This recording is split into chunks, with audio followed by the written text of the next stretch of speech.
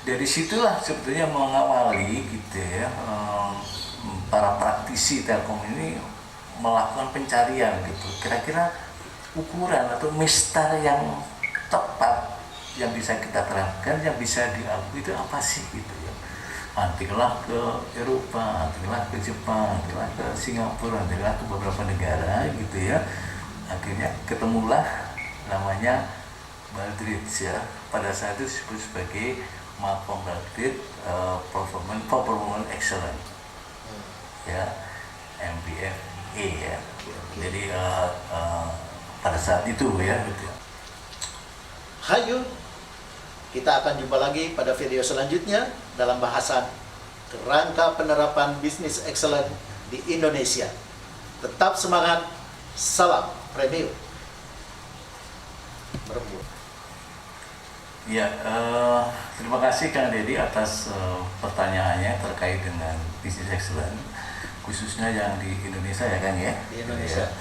Ya, implementasi bisnis di Indonesia ini ceritanya sudah cukup lama sih ya. Jadi khususnya Baldrige ya Kang ya, Jadi pada tahun 2001-2002 ya, ketika ini saya cerita Telkom sebagai saya sebagai alumni ya. Ketika IPO sudah dilaksanakan di Amerika ya, di Telkom IPO di Amerika, itu pengukuran atas kinerja yang dicapai oleh perusahaan itu kan pasti berbeda ya Kang ya. Betul. Dengan ketika Telkom IPO di perusahaan di Jakarta ya, di BEJ. Nah, pengukuran yang berbeda ini menjadi suatu tantangan bagi perusahaan ya, dalam hal ini Telkom, untuk mencari ukuran yang pas yang berlaku di negara di mana dia melantai gitu ya. Ceritanya Telkom ini sudah membuat suatu ukuran-ukuran versi Telkom sendiri ya, yang disebut dengan konsep world class operator ya. Jadi bagaimana Telkom mengukur dirinya sehingga dikategorikan sebagai world class operator ya. Pertanyaannya adalah ketika ukuran itu dilakukan, itu diakui nggak di Amerika? Ya, menjadi suatu perdebatan kan gitu. Nah, dari situlah sebetulnya mengawali gitu ya, para praktisi Telkom ini melakukan pencarian gitu. Kira-kira ukuran atau mistar yang tepat yang bisa kita terapkan, yang bisa diakui itu apa sih gitu ya. Nantilah ke Eropa, nantilah ke Jepang, nantilah ke Singapura, nantilah ke beberapa negara gitu ya. Akhirnya ketemulah namanya Baldrige ya. Pada saat itu disebut sebagai Malcolm Baldrige Performance Excellence ya, MBFE ya. Jadi pada saat itu ya gitu. Mulailah karena ya diawali dari salah satu region yang ada di Telkom, regional 5 Jawa Timur ya, pada tahun 2001-2002 lah ya gitu ya. Nah, disitulah mulai berkembang gitu ya. Berkembangnya diadoplah masuk ke level perusahaan ya, Telkom ya, dan itu diikuti oleh BUMN yang lain gitu ya, Klato Steel, Pertamina, PNI 46 dan terusnya lah ya, ikuti banyak sekali yang gitu. Berkembang terus gitu ya. Akhirnya pada tahun 2012 ya, pada 2012 itu ada inisiatif untuk menyesuaikan Baldrige yang berlaku di Amerika itu yang sesuai dengan kondisi di Indonesia. Artinya bagaimana kita mengadop tetapi mengadaptasi juga agar sesuai dengan di Indonesia. Nah, sehingga ada bukan dualisme sih, ada dua subentitas lah yang diakui oleh Kementerian BUMN dalam penerapan Baldrige di Indonesia ya. Yang satu yang namanya ICAF, Indonesia Quality Award definition ya. Itu betul-betul murni menerapkan Badrit kan, apa adanya ya. Yang kedua adalah di bawahnya adalah namanya KPKU, kriteria penilaian kinerja unggul, sejak tahun 2012 ya, mencoba mengadop dan mengadaptasi agar sesuai dengan kondisi di Indonesia. Berkembang terus lah ya, terus itu, dan itu sampai saat ini masih berlaku. Tahun 2001 ini mereka masih menerapkan ya, dan itu diikuti oleh perusahaan-perusahaan BUMN yang lain ya, keseluruhan lah gitu kan, suatu kewajiban ya, kewajiban.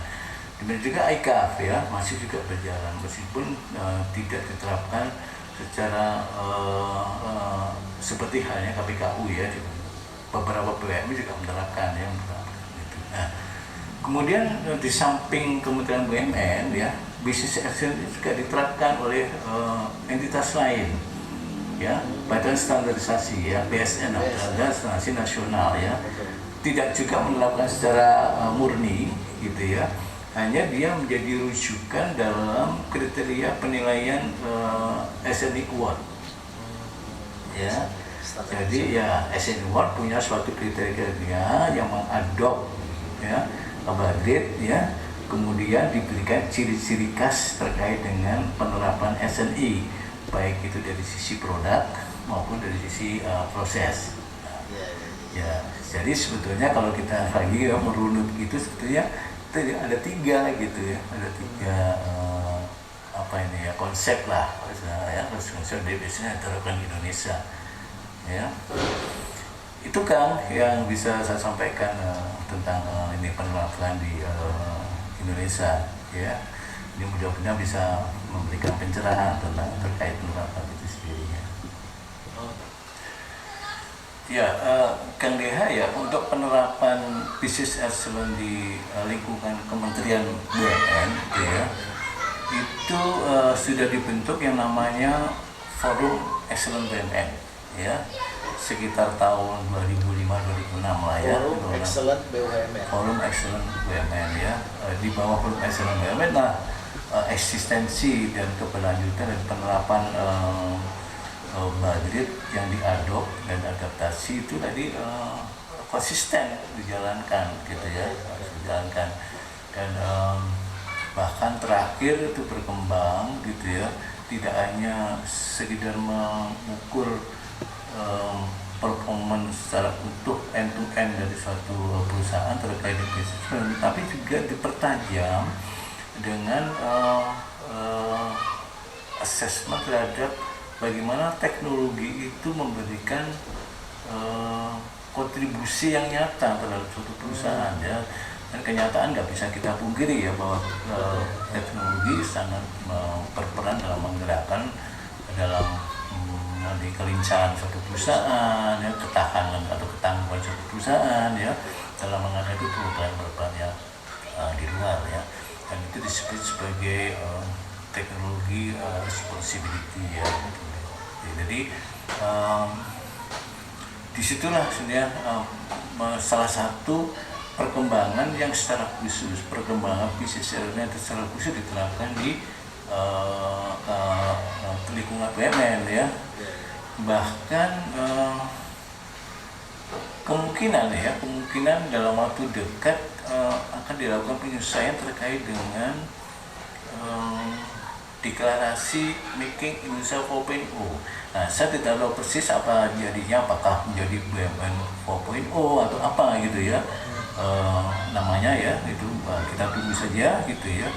Namun yang jelas adalah konsep dari Business Excellence itu tetap terbawa, ya terpakai gitu ya, dalam rangka menerjemahkan Making Indonesia 4.0 menjadi katakanlah tadi ya BUMN 4.0 ya gitu. Itu sebagai tambahan informasi yang terkait dari penerapan bisnis di Indonesia kan. Terima kasih sudah diingatkan. Ya. Oke, terima kasih. Luar biasa penjelasannya. Hayu, kita akan jumpa lagi pada video selanjutnya dalam bahasan kerangka penerapan bisnis excellent di Indonesia. Tetap semangat, salam premium.